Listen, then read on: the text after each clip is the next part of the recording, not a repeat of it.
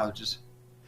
What's up, everybody? My name is Daniel Unmanageable, and this is Hard Knocks Talks. Tonight's live production is brought to you in part by Prairie Harm Reduction, Possibilities Recovery Center, the Elizabeth Fry Society of Saskatchewan, the Community Addictions Peer Support Association, and Stronger Together Canada, a peer support group led by Moms Stop the Harm. Tonight's guest, overdose survivor and person in recovery out of Regina, Saskatchewan, Joe Pelche is here to tell us his inspiring story of how he ended up lost in the pitch black of addiction and what he found in those dark corners that changed his life forever. We are honored to have Joe with us tonight, and we are going to meet him right after this.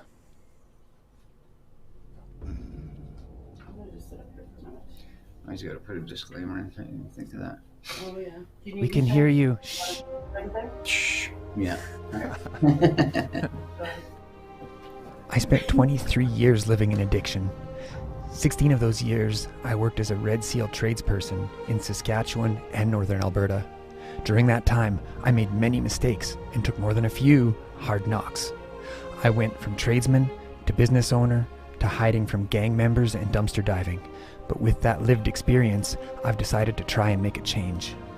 I've dedicated my life to raising awareness and promoting change in the fields of substance use and psychological health and safety.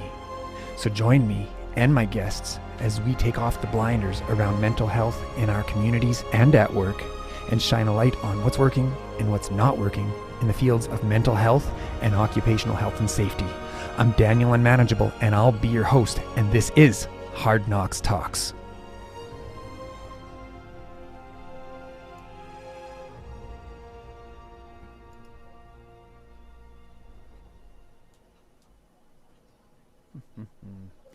Okay, Joe, here we come.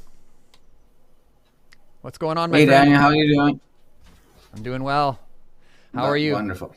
I'm real well, thank you. Is there anything that you'd like to say before we get started? No, I'm just excited to be here. I'm really looking forward to it. I've been excited for about 3 weeks anyway, so yeah, looking forward to telling people, for sure. All right, here we go.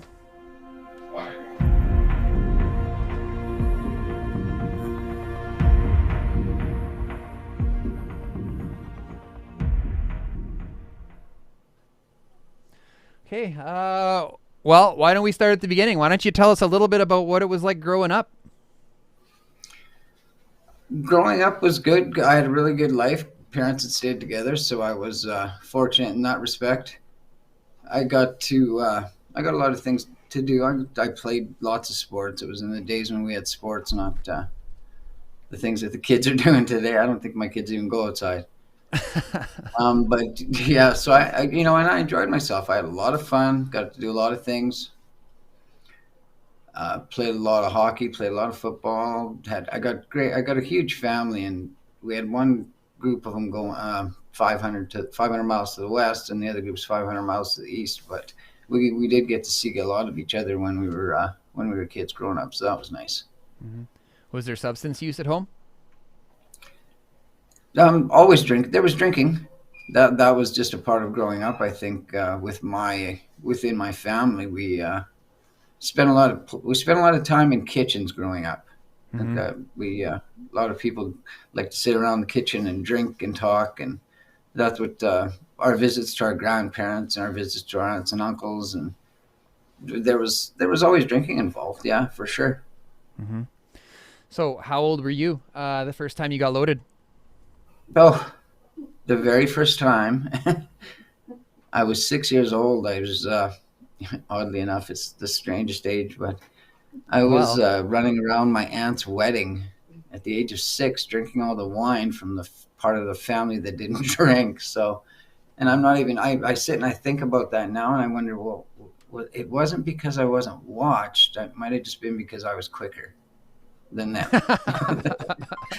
Because I know that their eyes on me, they just couldn't catch up to me, that's all. So yeah, and I mean, like, floor licking drunk, scared, mom scared, and my dad, everyone wondering what was wrong with this kid. Why is he stumbling around like that? Mm-hmm. My dad just looked and he said, that little bugger's drunk, he said. And he knew right away. So it was my dad never minced too many words. Yeah.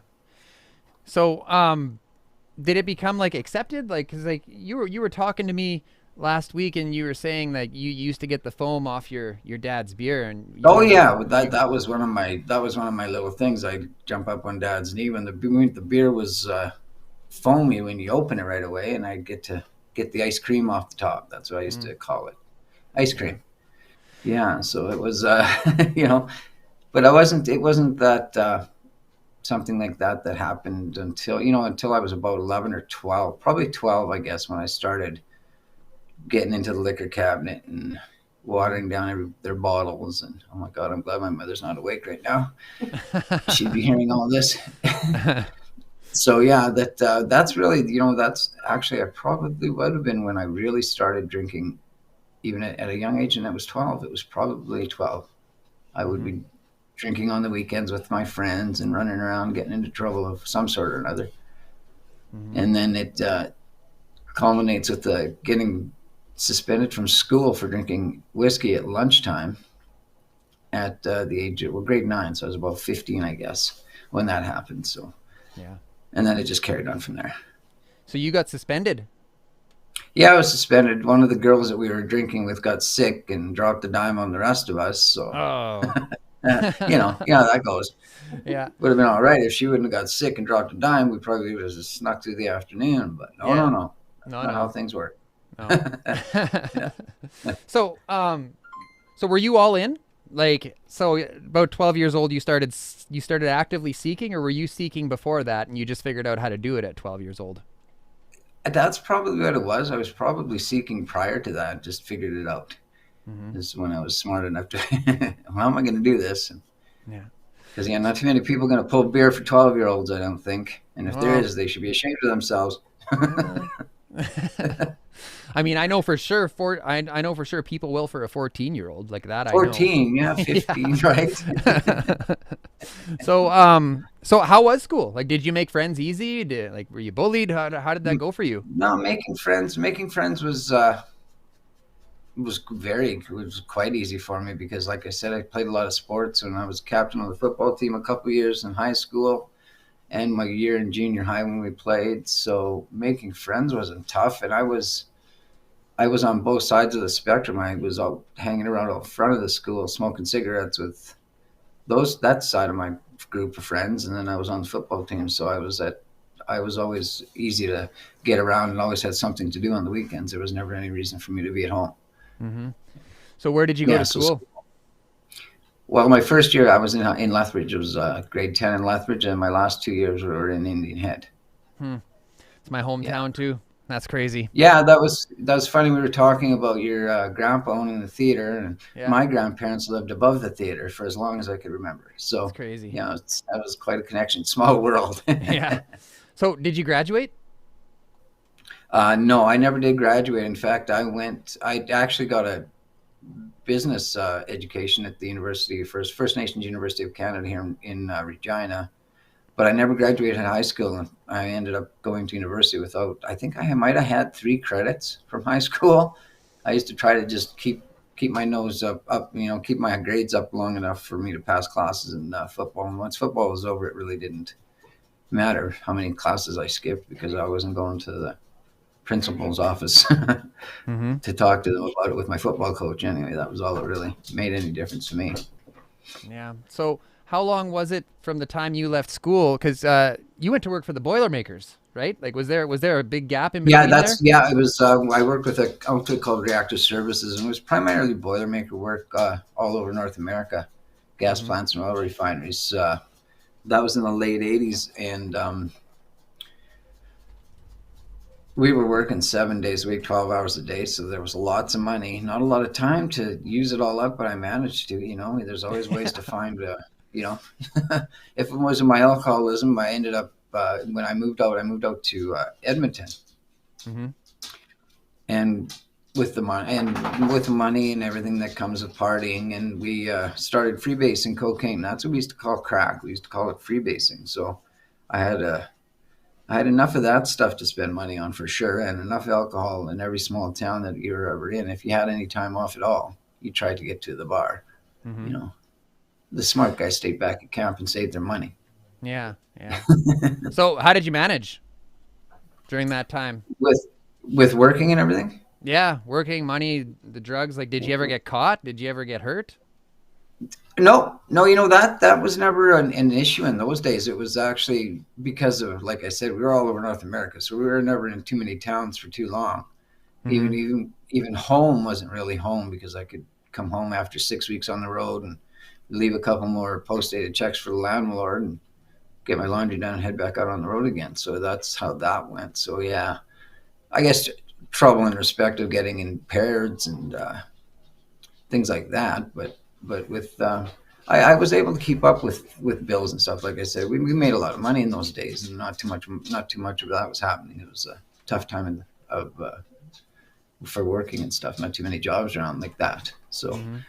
I had a pretty good time doing that. So how long did that last? Like, and what happened? How come you stopped doing it? Oh, I went out. I was out there for about 5 years, and what ended up happening was I ended up getting my DUI, and that eventually became my demise. I couldn't drive anything anymore, so I couldn't pay somebody to cab me around or taxi me around, or Mm-hmm. so they just let me go. So I was yeah. Then I left Edmonton, came here for a visit 30 years ago, and never left.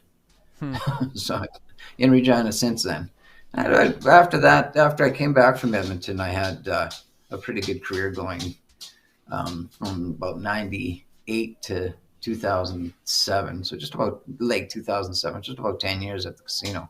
Mm-hmm. And that's who I went through school with. That's who put me through university. And those were clean times really for me. Like I Oh, wasn't really? drinking then. Yeah, So I wasn't drinking then.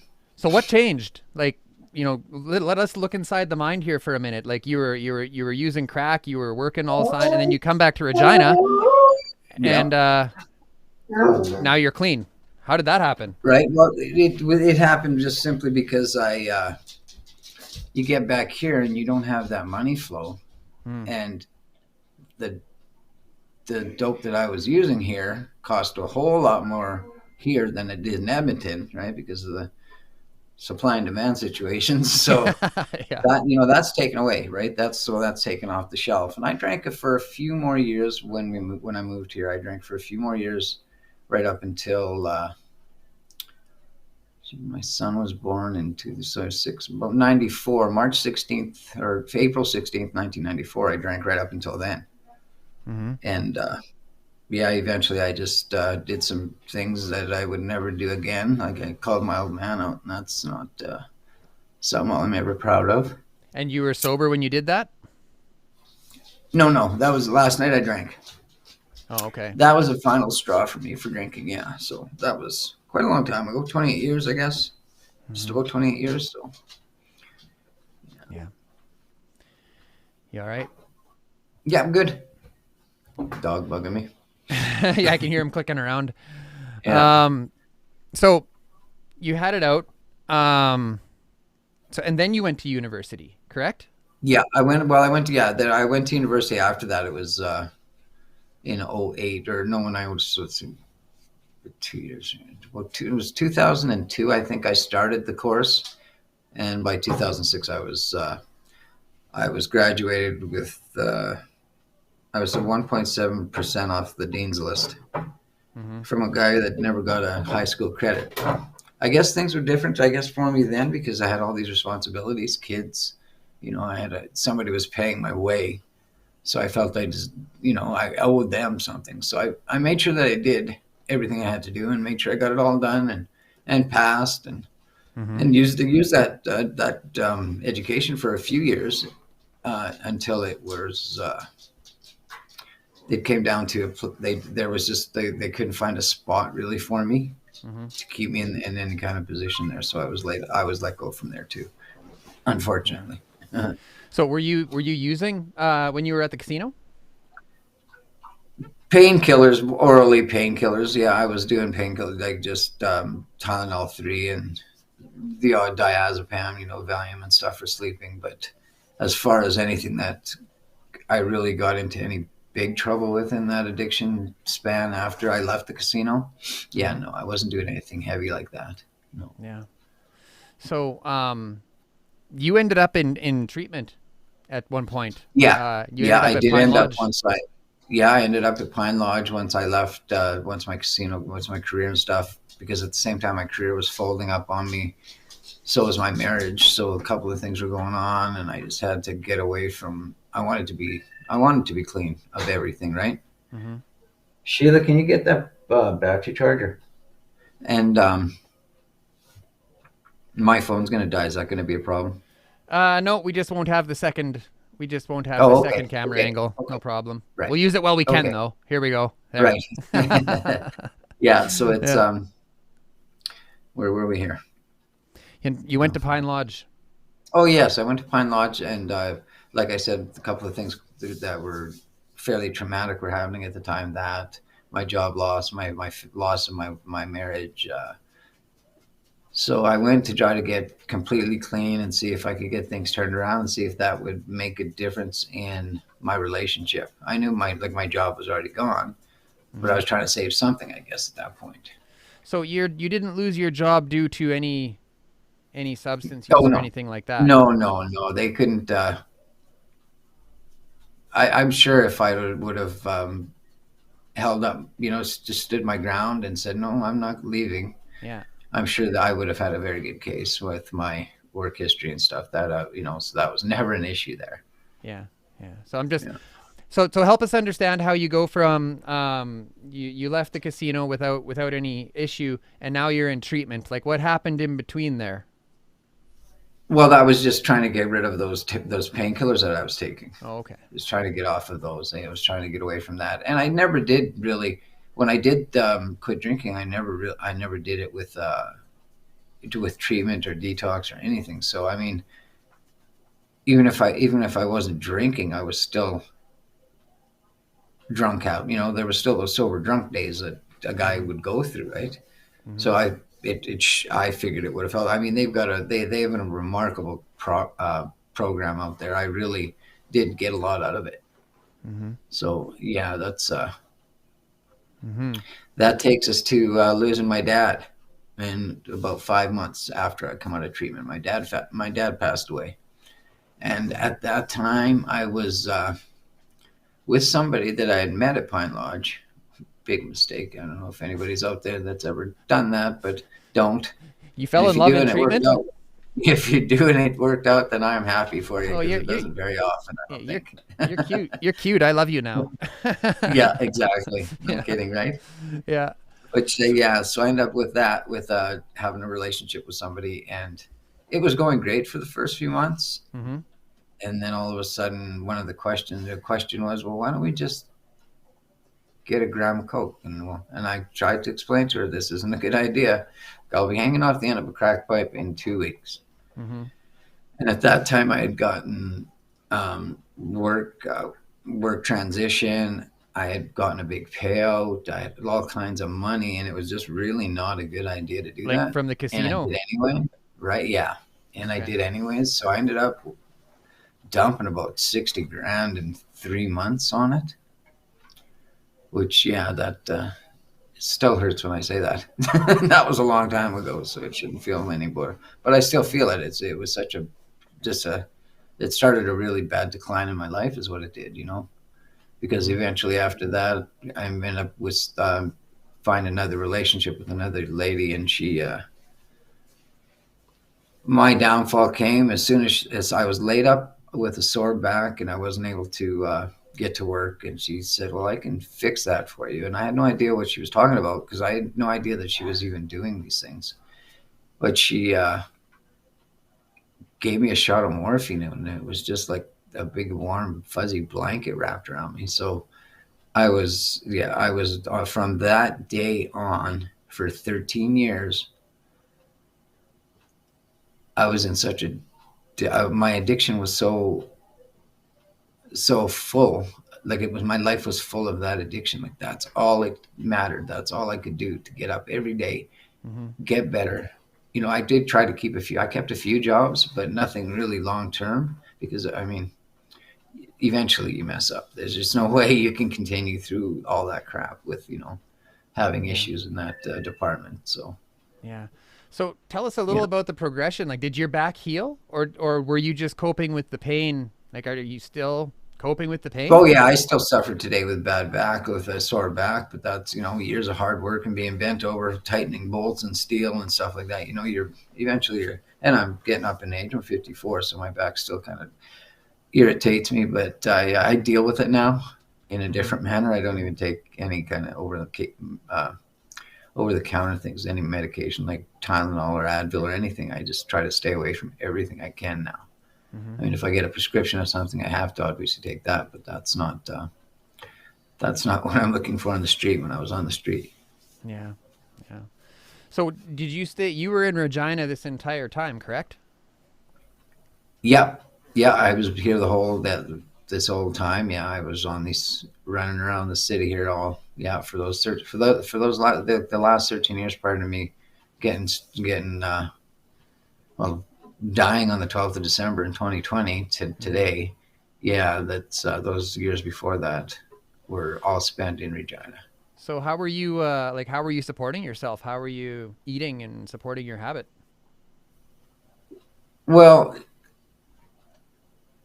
without any incrimination, I wasn't I wasn't one of the I wasn't one to do any kind of harmful things to people like in general. I'd never rob somebody or steal out of their vehicles or anything like that. But I did stores and things, Mm-hmm. and that's really the big thing, right? Is that was a big part of how I managed to fund all that. And my mother and my sister are very caring, and they didn't like seeing me being sick, so I could always turn on the wow wow poor me, and they would help me. And to this day it bothers them that they think that it was their fault, Yeah.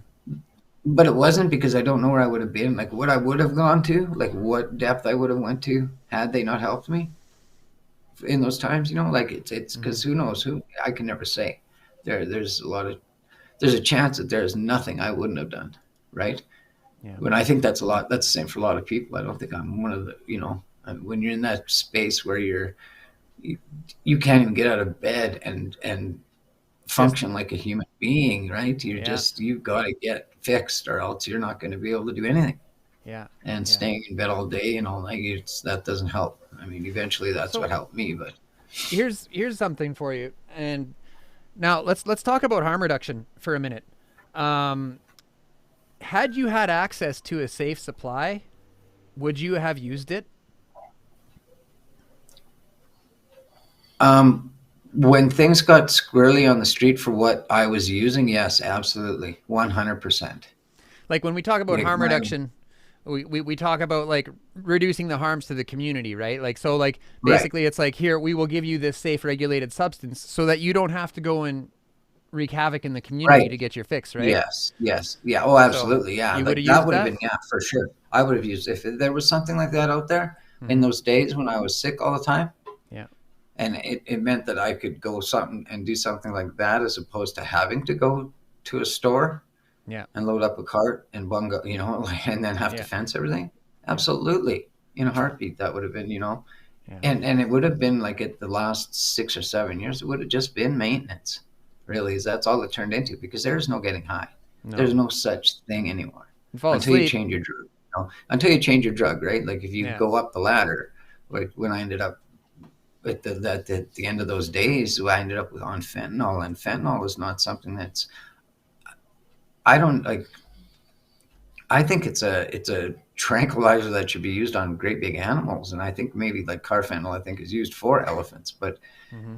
it's not. I don't think it's a human consumption thing, right? Well, I mean, But everything in moderation. Like if this is what you're getting from your doctor, like it used to come in those patches, was what I remember fentanyl to be, yeah. not the stuff that we get on the street today.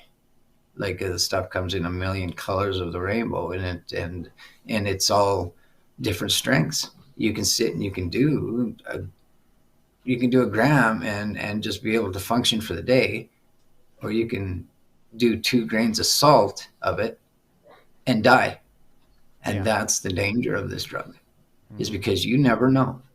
And like a safe supply would have been that. That's, I think, if anything, that may start saving people's lives. Like I was listening to some numbers, and they said Like people find it, 10,000 people in Canada died from opiate overdose last year, and they don't really see that as a big number because they hear, well, 100,000 people in the States died. Yeah. But they've got 10 times the population. It's the same number. Mm-hmm. It's only got, we're only adding zeros to it. It's the same number because of the population difference, right? Mm-hmm. We're losing them just as fast as they are in the States, but it doesn't seem to be a big deal. Yeah. So, what finally did it for you? Well, I like it said on your advertisement of my night here is one puff and I went down, and that's Mm-hmm. what it was. It was something that I never seen before. So I had an opportunity. I had an option of smoking the stuff I never seen before, and or smoking the stuff that I had seen before, and giving the stuff that I wasn't comfortable with to somebody else. So I wasn't going to do that. So I took that and I thought, well, I'll just have a hoot. And I was on my way to detox, which is really weird. I should have just went to detox. Why would I spend more money 10 minutes before I'm going to detox? It just didn't make sense, right? But a lot of things I did at those days didn't make sense. So that shouldn't surprise me. At any rate, I took one little wee, just a little wee hoot off of a tinfoil, and the person that was with me that was driving said, your head dropped before you exhaled. So fortunately for me, she knew exactly what was happening, and our proximity to the general hospital in the city here at that time was like I couldn't have been in a better place, because she was like 2 blocks from the hospital, Mm-hmm. and she got me there. She got me, and then that's when I woke up on a slab in the general hospital on the 12th day of December in 2020, and that was what it did. That was finally my bottom. Like everyone talks about a rock bottom, and I kept hitting and hitting and hitting and thinking there can't be another floor. There just Mm-hmm. there I can't be going down any further. There can't be any more floors left. But I would get on to another one. Well, that was the final floor for me. Yeah. It was, and it essentially I was gone. Like my lips were blue, and if those people weren't there to save me, I wouldn't be on this podcast today. I wouldn't be able to talk to you guys and hopefully help somebody. We're gonna take a quick You break. know, you bet. Thanks.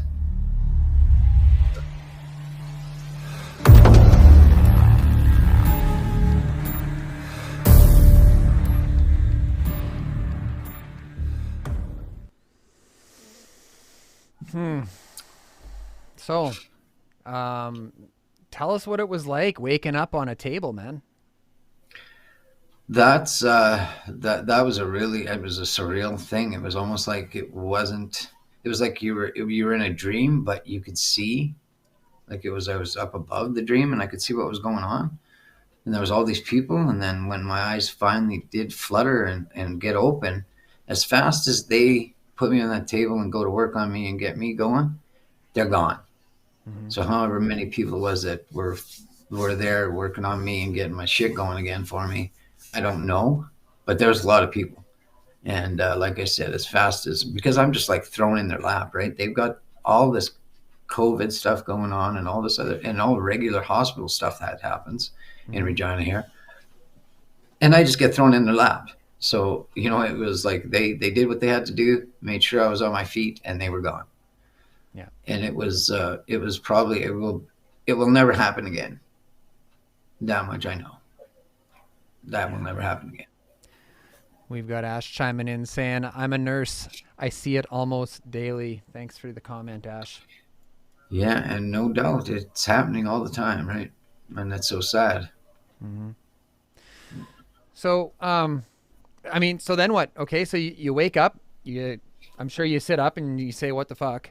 And Yeah, that's exactly it, right? I mean, I've got no. It's the 12th day of December, yeah. probably 30 below, and when you come in that shape, they don't care. They cut your clothes from your waist all the way up to your neck, cut your clothes right off you because they got to get to your chest and get working. So I'm standing there with a cut up jacket and a cut up sweater, and I don't know what to do because now it's 40 below and I got nothing to wear. Mm-hmm. And one of the young ladies, one of the nurses there, she ran around and she found me just a Under Armour golf shirt. So from there, I said, "Can you guys call me a cab? I got to get over to detox." And they did that, and that's where I ended up. I ended up that night. I spent that night in detox. The next morning, I phoned home to my sister's place and said, "Listen, I need to come home. It'll be just for the day, and then I'll head back out and I'll go back to the detox center." Because unfortunately, like when I need help right now, and I'm Yeah. no different, I don't think, than most people. No, we're an So impulsive bunch, us addicts. Like we want something, yeah, we want it right. right When I now. get Yeah. right, and when I got in there, and they tell me, "Well, you might be 10 days from getting into detox." Like, I mean, you can get put into a bed that night for the evening, but at 8 o'clock the next morning, you're gone, and that bed is for somebody else that evening unless you come back. So Mm-hmm. I wasn't about to even chance going back into that world. So I would I would get my sister. I'd come here and I'd visit with my mom and my sister, and then at about 7 o'clock at night, I'd get my sister to drive me over there, and I'd stay there overnight, and then I'd come back here during the day, and went on like that until I ended up having to get rushed over to the general because I had a hole in my stomach in my small intestine, and I started just filling the toilet bowl with blood. It was just the most like I thought, Jesus, I thought I'm trying to get everything straightened around here. Why is this going to start happening? Mm-hmm. So and it just comes up that I had a hole in my small intestine, and they fixed it pretty quick. But I was there till Christmas Eve, and yeah, that was really the start of everything of me getting in and starting recovery and getting into living my life again. Yeah. So tell us about your first year. What was it Well, like when the fog started to lift? yeah, the first year was actually I was really quite fortunate. We ended up with a seasonal campsite down in Katep when Katep was right in this like 20 minutes to Indian Head, obviously. But I mean, most of my family is still in that area.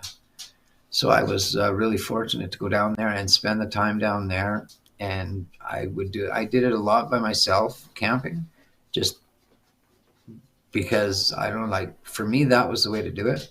Mm-hmm. Not everybody's going to be able to do that. Not everybody's going to have that luxury to be able to go and spend time alone. Or I started reconnecting with people that I used to go to school with, and reconnecting with family members that I haven't seen for years, Mm-hmm. so everything, and you just find out how many people are in your on your corner, they're in your side, these people, and you don't find that out until you get to that point. So but Mm-hmm. yeah, I was really quite fortunate to be able to do that, because how like I'm thinking to myself, how could I have done that first year if I had a full time job, and all these other things that go on in other people's lives. I mean, and it's true stuff. I mean, it's hard to do, and I didn't realize that I was thinking like, oh well, I got a couple months, 3 months in, I'm doing pretty good, everything's going pretty good, but I didn't really realize that with if the longer you've been using different dope or whatever, you it takes that much more time for you to your serotonin balancing in your brain and getting all that shit going on again, right? So I didn't even realize that was still going, Mm-hmm. you know, but it was, and it does to everybody, and it's just another side. It's just another thing that you have to go through. It's not the first few weeks, and you're not you're not out of the fire. It takes Yeah. a while, But you're just getting and then into the that fire.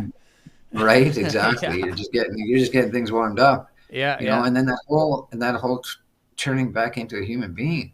I mean, Yeah. that's not easy. Mm-hmm. Being that you're turning completely around now. You've done everything like different for so many years, and now you've got to go back to society and be an actual human being, and show up to things that you should be showing up to and stuff. So Mm-hmm. yeah, there's some big changes around the corner for people. Sounds. But I mean, it's Yeah. still nice. It's Yeah. it's good for me. Yeah. Yeah. So you didn't go to meetings. You didn't see a counselor. No, no, I didn't. And There was a few meetings I attended at the detox center, but yeah. other than that, no, Yeah. no. Okay. So and how was it reconnecting with your family? Were they skeptical at first? Were they happy to see you, or were they like, I don't know about this guy, or like, tell us a little bit about Well, that? see, for the most part, that part that I reconnected with had already been out of my life for years prior to my using.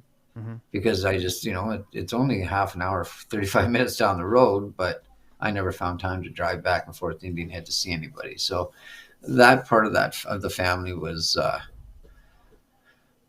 little easier to reconnect than the ones right here, like the ones that are right in Regina, the ones that I seen on a weekly, monthly, bi-weekly or whatever basis. They were,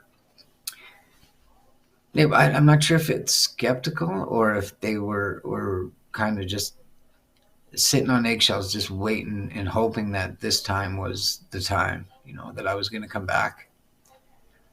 Mm-hmm.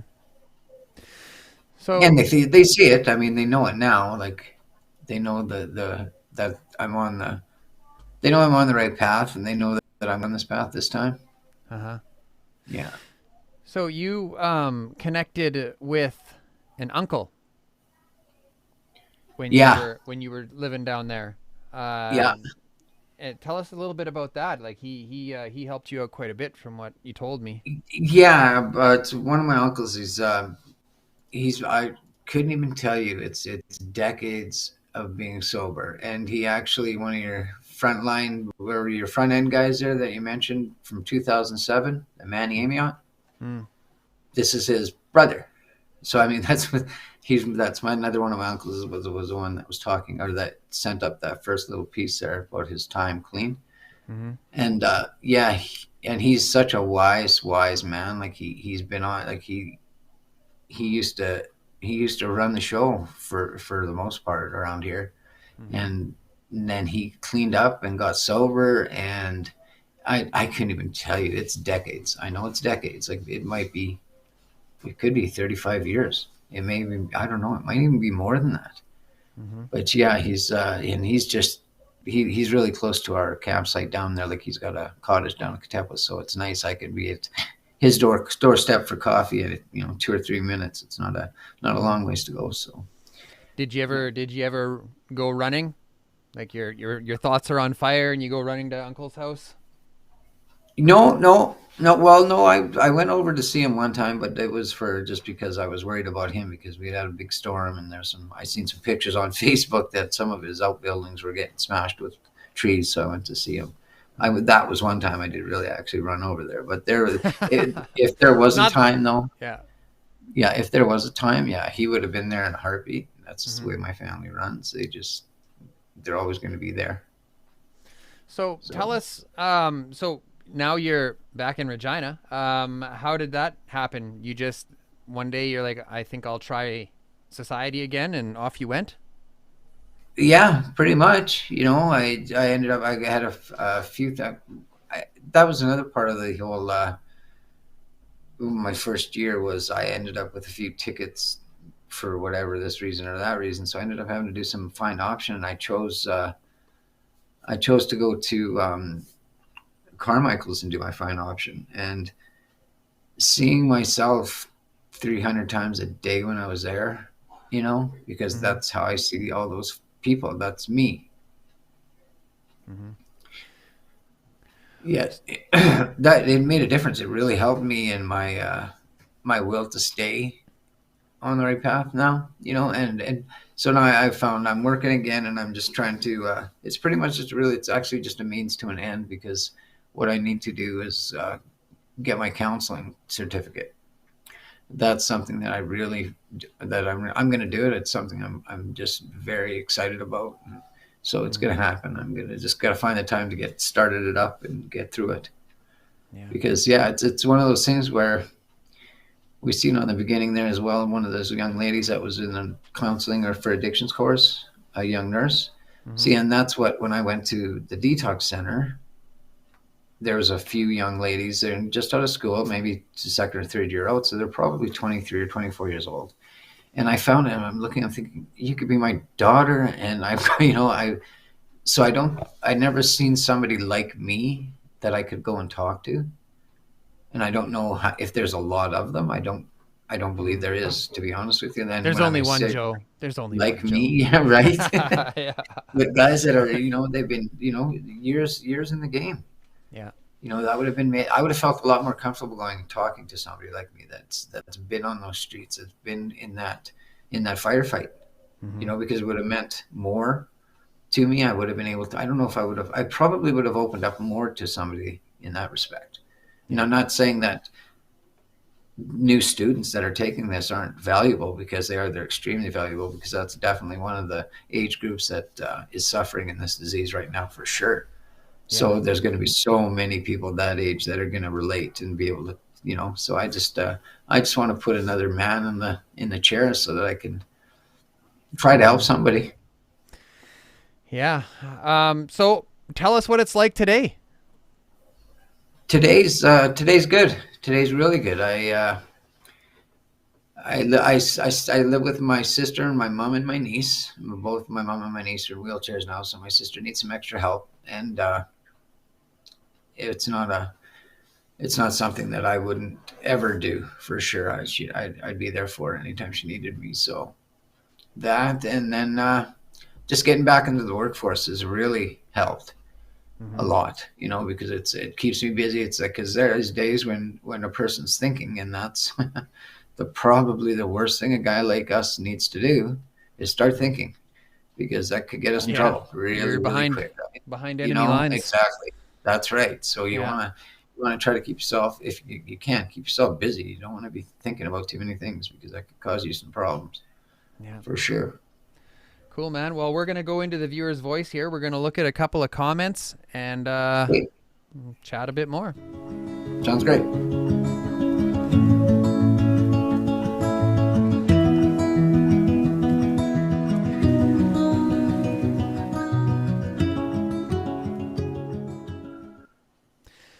So we've got Ash here.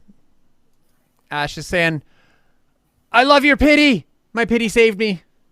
So I didn't realize you had a pit bull. I knew you had some big dogs, but I didn't notice that was a pit bull. Yeah. Thank you. He's a wonderful dog. We've got and he Cheryl. saved me in a lot of ways too. Oh, there's Cheryl. Cheryl saying, "Very happy you're here to tell us about it. Bless you, Joe." We've got Jacinda. Jacinda saying, "Amazing. You are alive for a reason. I'm grateful to also still be here to hear your story. Proud. #kindness matters." And we've got Ange. Ange saying, "Right on, Joe. I love running into you along your journeys again on the recovery side." Thank you for the comment, everybody. We do have another one here. I believe it was Jill. For some reason, Jill, you didn't pop up in the software, but I caught your question. Where is it now? Do you have a spiritual practice? Yes. Yes, Jill asks, do you have... Here, say it again. Hang on a sec. Do you have a spiritual practice that helps you stay clean? A spiritual practice, huh? It's funny. I am spiritual. I do have beliefs. But what I do first thing in the morning, and it's when I'm pulling on my socks, is I tell myself, today I'm not going to use. And somehow that gets me through the day. So for now, that's what I'm using, and that's every day. I tell myself every day at the same time, today I'm not going to use. And it's been working so far. And I do talk to my creator every now and again and try to send him up a good one, see if I can get a little bit of backup, make me feel like I'm still there. Yeah. For sure. Yeah. Good question. Yeah, well, I think that's all we got. Is there anything that you'd like to say? Anything that you'd like to leave us with tonight, Joe? Well, I just want to say thank you for letting me on again. I really appreciate being able to do this. If I help somebody, great. That's what's important to me. And just remember, it doesn't cost anything to be nice to somebody. Awesome, man. Thanks so much. Thanks so much for being with us tonight, Joe. We'll let you go. Absolutely. Thank you, my friend. Take care. Love you, man. Love you too, brother.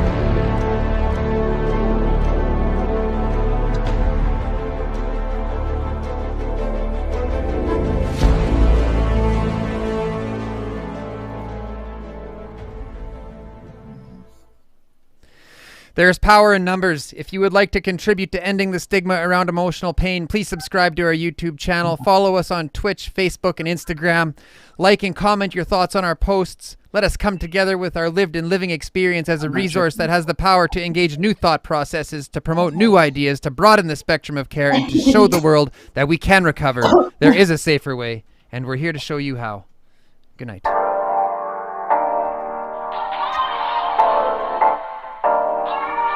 Yes.